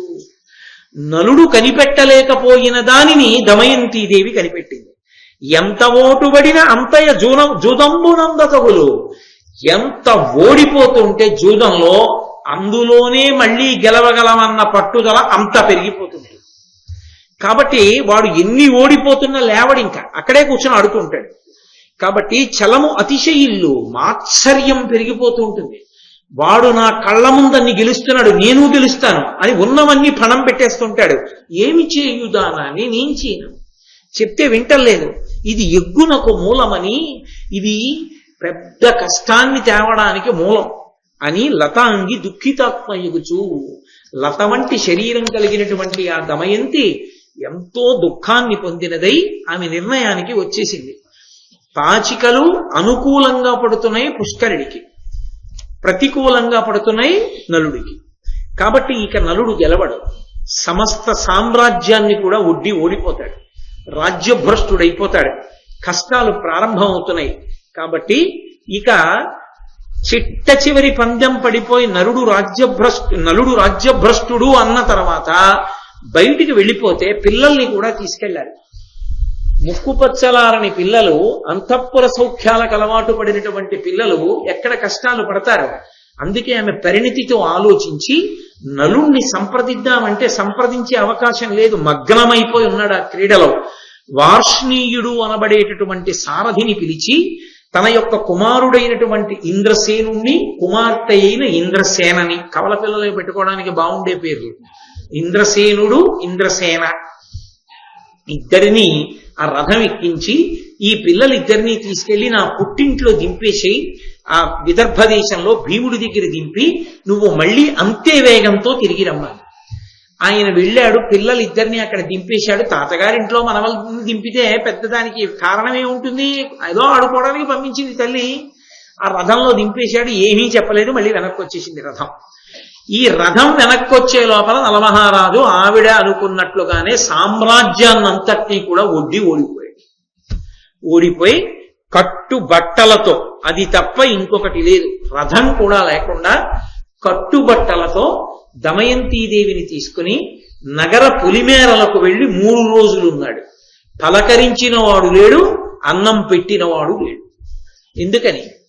కలిపురుష ప్రవేశం జరిగినటువంటి నలుని యందు అంత విముఖత పొందారు ప్రజలు. అసలు కలిపురుషుడే కల్పిస్తాడు ఆ స్థితి కూడా. కేవలం నీళ్లు తాగి ఆకలి తీర్చుకున్నాడు. 3 రోజులు అయిపోయింది, ఇక ఆకలి తట్టుకోలేకపోయాడు. పక్కన భార్య అసలు తట్టుకోలేకపోయింది ఆకలి. ఈ కథంతా ఎవరికి చెప్తున్నారు? బృహదాశ్వుడు అనబడేటటువంటి మహర్షి ధర్మరాజు గారి దగ్గరికి వచ్చాడు. ధర్మరాజు గారు అన్నాడు, మేమింత పౌరుష పరాక్రమాలు కలిగిన వాళ్ళని సత్యానికి కట్టుబడి అరణ్యంలో ఉన్నాం, మృగాల్లా మాలా అరణ్యాల్లో తిరిగిన రాజులున్నారా అని అడిగాడు. అది మాట గొప్పతనం అంటే. అప్పుడు ఆ మహర్షి ఈ కథ చెప్తున్నాడు, నువ్వే కాదయా, సత్యధర్మములకు కట్టుబడి కష్టాలు పడిన మహాపురుషులు ఎందరో ఉన్నారు, నలుడి కథ చెప్తాను విను అని చెప్పడం మొదలుపెట్టాడు. చెప్తూ ఈ కథ చెప్తున్నాడు. తెల్లబోయి వింటున్నాడు ధర్మరాజు, మనకన్నా కష్టాలున్నాయే వీళ్ళవి అని. నీకే ఉంది, సోదరులు ఉన్నారు పక్కన, నీకు పక్కన 20,000 మంది సేవకులు ఉన్నారు, రథాలున్నాయి, కొన్ని వేల మంది బ్రాహ్మణులు ఉన్నారు. నలదమయంతులకు ఎవరున్నారు? కట్టుకున్న బట్టతో దంపతులు ఇద్దరు అడవికి వెళ్ళిపోయారు. 3 రోజులు అన్నం లేదు మహారాజుకి. ఆ మహాతల్లి మహాసామ్రాజ్ఞి, ఆవిడికి లేదు. 3 రోజులు అన్నం లేక నీళ్లు తాగి ఉండి చిట్ట చివర ఇక ఆకలికి తట్టుకోలేక బంగారు రెక్కలు కలిగినటువంటి పక్షుల యొక్క సమూహం ఆకాశంలో ఎగిరిపోతుంటే చూశాడు నలుడు. ఈ పక్షుల్ని పట్టుకుంటాను, దగ్గరలో ఎగురుతున్నాయి, వీటిని పట్టుకుని వీటి మాంసంతో మనం కడుపు నింపుకుందామని ఎలా పట్టుకోవాలో అర్థం కాక పక్కన ఉన్నది భార్యే కదా అని తను కట్టుకున్న పంచె విప్పేసి పైకి విసిరాడు ఆ పక్షుల మీదకి. ఆ పక్షుల మీద పడితే ఆ పక్షులు దారి తెలియక గిలగిలా కొట్టుకుని కింద పడతాయి, పట్టుకుందామని. ఆ పక్షులు పెద్ద కిలకిలారావం చేసి నవ్వి అవి అన్నాయి, పిచ్చివాడా, మేమెవరో తెలుసా, మేము ఈ బంగారు రెక్కలు కలిగినటువంటి పక్షుల్లా కనపడుతున్న వాళ్ళం, నిన్ను ఓడించిన పాచికలం, ద్వాపరుడు ప్రవేశించిన పాచికలం. నీకు ఈ ఒంటి మీద బట్ట కూడా లేకుండా చెయ్యాలని బంగారు పక్షుల రూపంలో వచ్చి నీ పంచె ఎత్తుకుపోతున్నాం. ఇప్పుడు నీకు కట్టు బట్ట కూడా లేదు, భార్యతో కలిసి వెళ్ళాను. కట్టుకోవడానికి బట్ట లేకపోతే దమయంతీదేవి తాను కట్టుకున్న బట్టనే నలమహారాజు గారికి కూడా ఇచ్చిందంటే, ఆవిడ కట్టుకున్న చీరనే ముక్క చేసి ఒక ముక్క ఆవిడ కట్టుకుంటే ఒక ముక్క నలుడు కట్టుకున్నాడు. భార్య చీర యొక్క సగభాగాన్ని ఎవరు? సార్వభౌముడు, ధరణీ మండలాన్నంతటినీ కూడా ఏలినటువంటి వాడు. విమలాతపత్రముల్ వెలయగల్గిన రేడు వర్షాతపతముల మెలగెనేడు తన కన్నుసన్న దొరలచే తన యాజ్ఞకును విభుండు వెలయ ఒక్కని యాజ్ఞ మెలగెనేడు. విమలాతపత్రముల్ వెలయగల్గిన రేడు వర్షాతపతముల మెలగెనేడు భయత కోదండ ఖడ్గముల్ పట్టు వీరుడు గరిటయు క్రోవియు పెట్టెనేడు అధమ విధమున ఇట్టిదే విధికృతంబు విపుల కేసరి నక్కట పిల్లి చేసే అంటారు చిత్రనీయంలో. అలా అంతటి సార్వభౌముడు ఈ స్థితిని పొందాడు. భార్య బట్టలో కొంత భాగాన్ని కట్టుకుని ఇద్దరూ కలిసి అరణ్యంలో వెడుతున్నారు. వెడుతుండగా ఆ అరణ్యంలో ఒక 4 దారుల కూడలి కనపడింది. నలుడు చూసి అన్నాడు భార్య వంక, తినడానికి తిండి లేదు, ఒంటి నిండా బట్ట లేదు, సగం బట్ట తను కట్టేసుకున్నాడు, 4 రోజులు అయిపోయింది, పరమదీనంగా ఉంది దమయంతీదేవి. ఇది దక్షిణాపథంబునకు, ఇది విదర్భాపురమునకు, ఇది కోసలకు, ఈయది ఉజ్జయినికి తిరుగులు, మది నిన్నిటిలోన అరుగు మనకెద్దియగున్. ఆయన అన్నాడు, ఓ దమయంతి, ఇదిగో 4 రహదారుల కూడలి, ఇది దక్షిణాపథానికి వెళ్ళిపోతుంది, దక్షిణ దేశానికి, ఇది విదర్భానగరానికి వెళుతుంది, ఇది కోసల రాజ్యానికి వెళుతుంది, ఇది ఉజ్జయినికి వెళుతుంది. మనం ఇప్పుడు ఏ దారిని వెడదాం, ఎక్కడికి వెడదాం చెప్పు అన్నాడు. ఆవిడంది, ఎందుకంటే అంత బెంగ పెట్టుకుంటారో, మీ రాజ్యం ఎంతో మా నాన్నగారి రాజ్యం మీకంత కాదా, కాబట్టి మనం మళ్ళీ విదర్భానగరానికి వెళ్ళిపోదాం. మా నాన్నగారు ఉన్నారు కదా, మనకి కాలం కలిసి వచ్చే పర్యంతం మా నాన్నగారి ఇంట్లో తలదాచుకుందాం, బిడ్డలు అక్కడికి వెళ్ళిపోయారుగా, రండి వెళ్ళిపోదాం.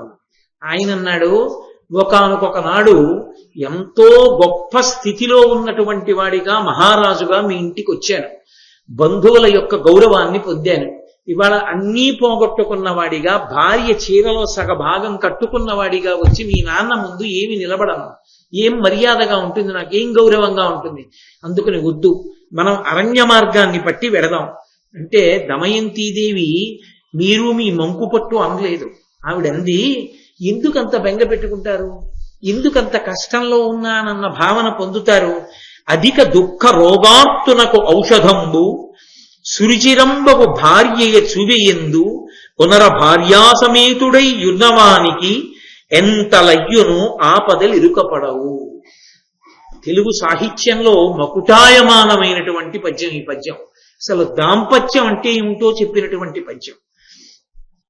అధిక దుఃఖ రోగార్తునకు ఔషధంబు, అధికమైనటువంటి విపరీతమైనటువంటి దుఃఖంలో ఉన్నవాడికి, విపరీతమైనటువంటి రోగంతో ఆర్తి చెంది ఉన్నవాడికి ఔషధము ఒక్కటే. ఎందుకని లోకంలో ఔషధము అంటే శరీరానికి వచ్చిన వ్యాధికే వేసుకుంటారు, ఆకలి కూడా వ్యాధి అనే వేదాంతంలో. కాబట్టి శరీరానికి వ్యాధి వస్తే వేసుకునేది ఔషధం. కానీ ఆవిడంటోంది దుఃఖానికి కూడా ఇదే ఔషధం అంటోంది. దుఃఖానికి ఔషధాలు లేవు. డాక్టర్ గారి దగ్గరికి వెళ్ళి, డాక్టర్ గారండి మోచి నిప్పిడుతోందంటే మందు రాస్తారు. ఏమిటో డాక్టర్ గారు ఈ కుడి కాలంతా లాగుతోంది ఈ మధ్య అంటే మందు రాస్తారు. ఏమిటో మనసు బాగుండట్లేదండి, ఎన్ని కష్టాలు, ఆ కష్టాలు తలుచుకుని ఎంత ఏడుస్తున్నానో, ఏడవకుండా ఓ మందులు అద్దురు అంటే నీ మొహం నేనేం చేస్తాను దానికి అంటే. దమయంతీదేవి అంటోంది రెండిటికీ కలిపి ఒకటే మందు ఉంది, ఆ మందు పక్కనుండగా ఈ రెండు పురుషుని యందు ప్రకోపించవు, ఈ రెండు ఉండవు. ఎందుకో తెలుసా? ఈ రెండిటికి ఉపశాంతి ఒక ఔషధి ఉంది, ఆమెయే భార్య. పరమసత్యం. ఎందుకో తెలుసా? శరీరం బాగున్నంతసేపు చుట్టూ ఉండేవాళ్ళు చాలా మంది ఉంటారు, కానీ శరీరానికి ఏదైనా ఉగ్రమైనటువంటి రోగం వచ్చిందనుకోండి, ఆ రోగం వచ్చినప్పుడు బెడ్ రెస్ట్ అంటారు, మీరు ఇంట్లోనే ఉండి విశ్రాంతి తీసుకోండి అంటారు. బయట తిరిగే అలవాటు ఉన్నవాడు పురుషుడు బయట తిరగకుండా మంచాన పడి ఉండడం అంటే అతనికి పెద్ద దుఃఖం మనసుకి. రెండూ కలిపి వచ్చేసినట్టే. ఈ రెండూ కలిపి వచ్చినప్పుడు అతనికి స్నేహితురాలై ఆమెయే బయట ప్రపంచమంతా అయి ఆయన్ని ఊరటపరుస్తూ ఆయన మూర్ఖత్వాన్ని భరిస్తూ ఎంతో ఉత్సాహపరుస్తూ ఆయన వ్యాధి తగ్గాలని మనస్ఫూర్తిగా ఆయన మళ్ళీ బయట తిరగాలని కోరుకుంటూ ఎంతో ఓర్పుతో ఆయన్ని సంతోషపెట్టడానికి ఆయన బాధని మూర్ఖత్వంతో కలిపి తనుపుచ్చుకుని ఆయన్ని సంతోషపెట్టడానికి తను పడేటటువంటి పరిశ్రమ భార్యది లోకంలో మాటలతో చెప్పడానికి సాధ్యమయ్యేటటువంటిది కాదు. నేను ఈ మాట అన్నాను అని మరోలా అనుకోవద్దు, పురుషుడు అంతలా భార్యకి చెయ్యలేడు. సాధారణంగా లోకంలో చూడండి, భర్త అనారోగ్యం వచ్చి ఉంటే మీ వాళ్ళు ఎవరినైనా వచ్చి మీకు చెయ్యమనండని భార్య అందో. భార్యకు అనారోగ్యం వచ్చి మనసాన ఉంటే వేరొక ఆడసాయం ఎవరినైనా తీసుకొచ్చి పెడతాడు భర్త. కానీ భర్తకి ఇంతకన్నా నా జీవితానికి గొప్ప సేవ ఏముందని ఆమె భర్తని మొయ్యలేకపోతే ఆయన చేతిని తన మెడ చుట్టూ వేసుకుని బరువుని మోస్తూ అతి కష్టం మీద తీసుకెళ్తున్నప్పుడు అతను ఏ గడపో తన్నుకుని తిడుతూ ఉంటే నేను ఎక్కడ మోయగలనండి మిమ్మల్ని అని కూడా అనకుండా ఆయన చిన్నబుచ్చుకుంటారని ఓర్పుతో ఆయనని ఊరటపెట్టడానికి ప్రయత్నించినటువంటి భార్యలు అటువంటి విశ్రాంతి స్థానముల చేత ఈ దేశానికి పేరొచ్చింది. 3 రోజులు పెళ్లి చేసుకుని 4వ రోజులు విడాకులు ఇచ్చేటటువంటి స్త్రీలున్న దేశం కాదు. తమ పాతివ్రత్యము వలన నెలకొక వాన కురిపించినటువంటి మహిళామణులు ఉన్నటువంటి దేశం ఈ దేశం. వాళ్ళ వలన ఖ్యాతికి కారణమైంది. కాబట్టి ఎంత గొప్ప మాటందో నా తల్లి దమయంతీదేవి. పురుషుణ్ణి బాధ పెట్టడానికి కాదు భార్య ఉండేది, భార్య పురుషునకు విశ్రాంతి స్థానము. ఎంతమంది లేకపోనివ్వండి, ఆమె ఒక్కతే ఉంటే పురుషుడికి జీవితం వెళ్ళిపోతుంది. ఎంత సంతోషంగానో కాలం గడిచిపోతుంది. ఆమె ఒక్కతే లేకపోతే ఆ ఇల్లు ఇల్లే కాదు. నిజానికి ఇల్లు ఎందుకయిందంటే ఇల్లాలుంది కనుక. ఇల్లాలు లేకపోతే అది ఇల్లే కాదు.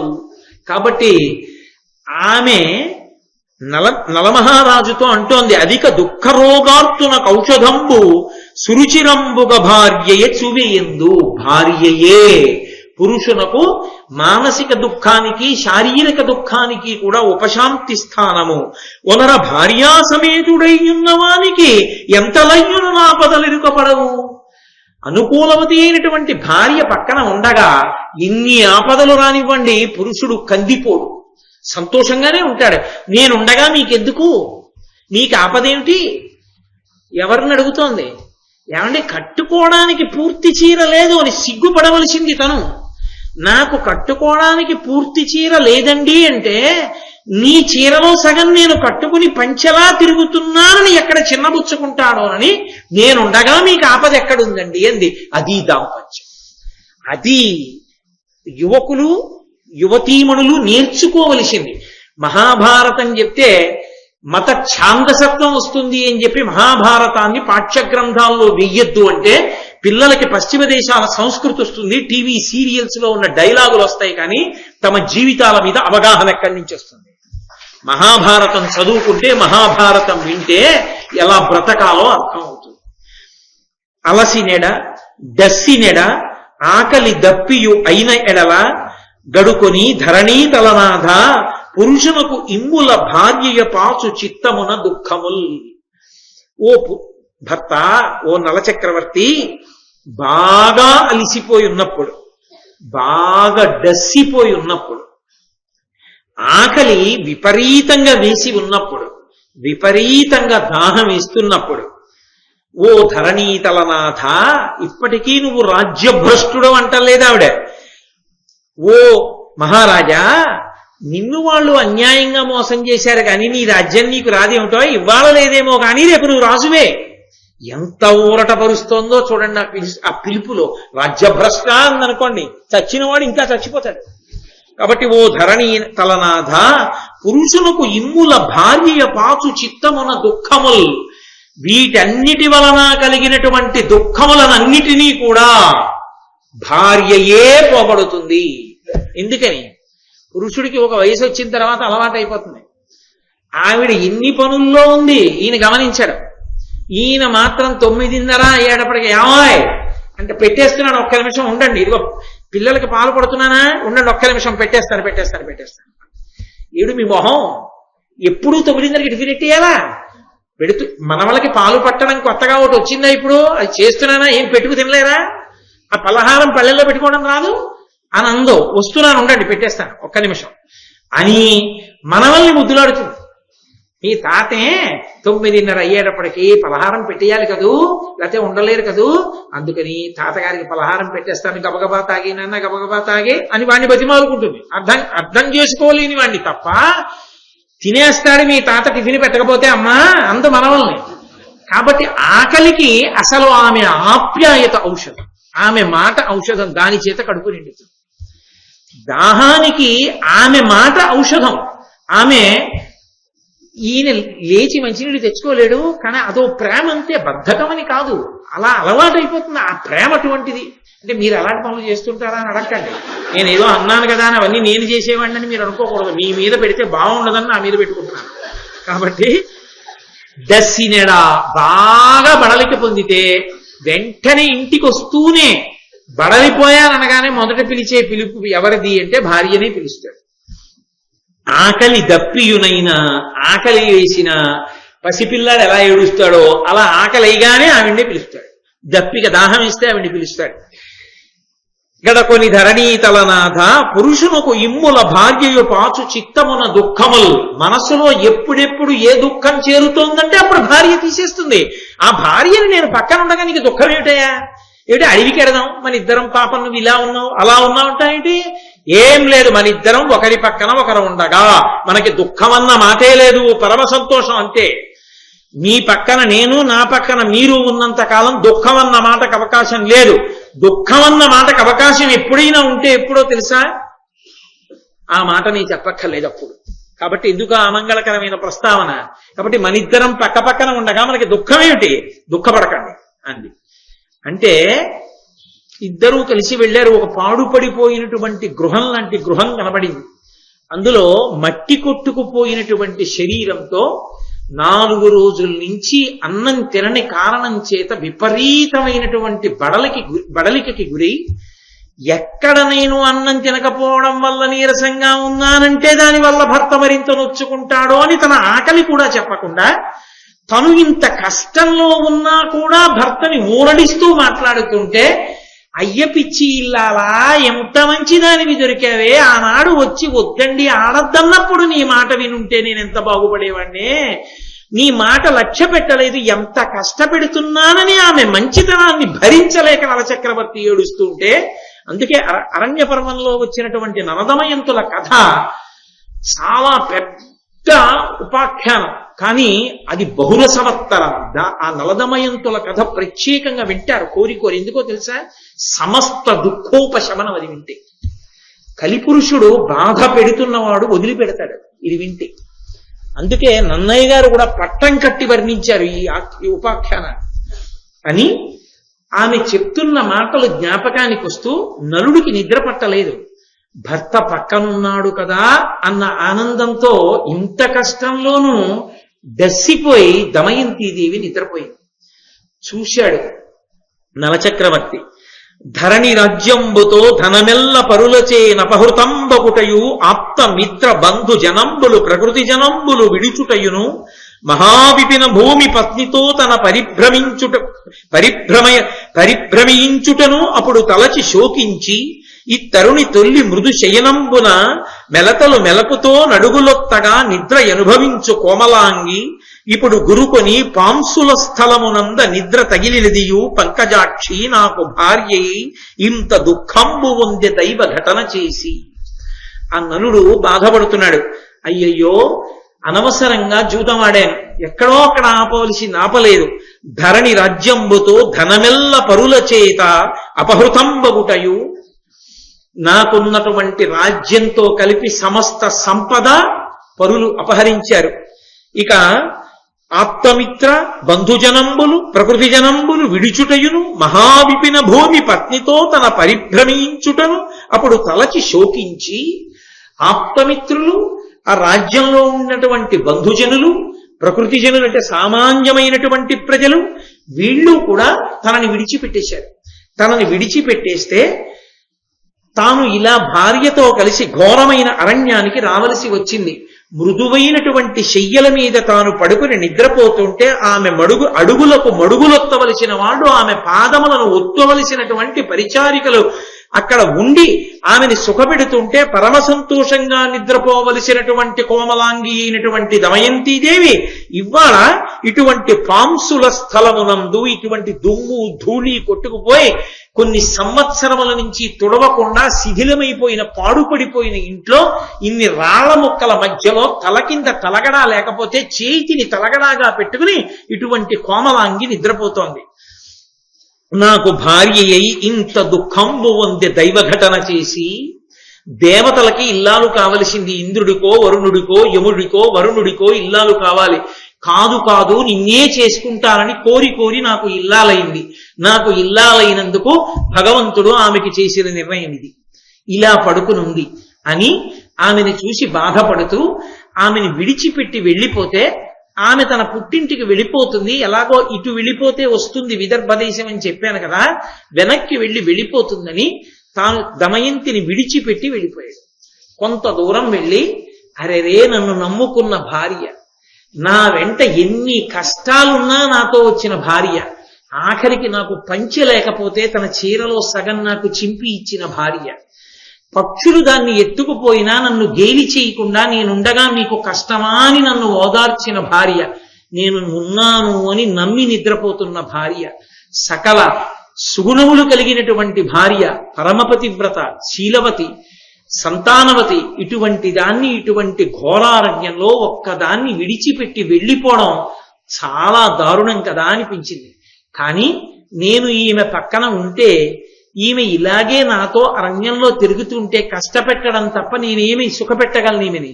నేను పక్కన లేకపోతే కనీసం పుట్టింటికి వెళ్ళి సుఖపడుతుంది. కాలం కలిసి వస్తే అప్పుడే భార్యని మళ్ళీ కలుసుకుందామని భార్యని విడిచిపెట్టేద్దామన్న ఆలోచన ఒకవైపు, ఆమెని విడిచిపెట్టకూడదన్న ఆలోచన ఒకవైపు. ముసురుకుంటుండగా నలుడు విడిచిపెట్టి వెళ్లాలో వెళ్ళకూడదో తెలియక వెనక్కొచ్చి దమయంతీదేవిని చూస్తూ 10 అడుగులు ముందుకేస్తూ మళ్ళీ వెనక్కొస్తూ ఆలోచన చేసుకుంటున్న తరుణంలో నలదమయంతులు ఇంకా కలిసే ఉన్నారన్న ఘట్టం దగ్గర ఇవాళ నా ఉపన్యాసాన్ని ఆఫ్ చేసేస్తున్నాను. ఎందుకు ఆపుతున్నాను అంటే దీనికి ఒక కారణం ఉంది.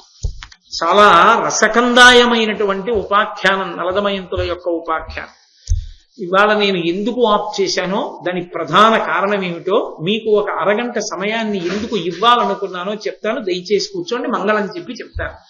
మంగళాశాసన పరై మదాచార్య పురోగమై సర్వైశ్చ పూర్వైరాచార్యై సత్కృతాయాస్తు మంగళం. మంగళం కోసలేంద్రాయ మహనీయ గుణాత్మనే చక్రవర్తి తనూజాయ సార్వభౌమాయ మంగళం.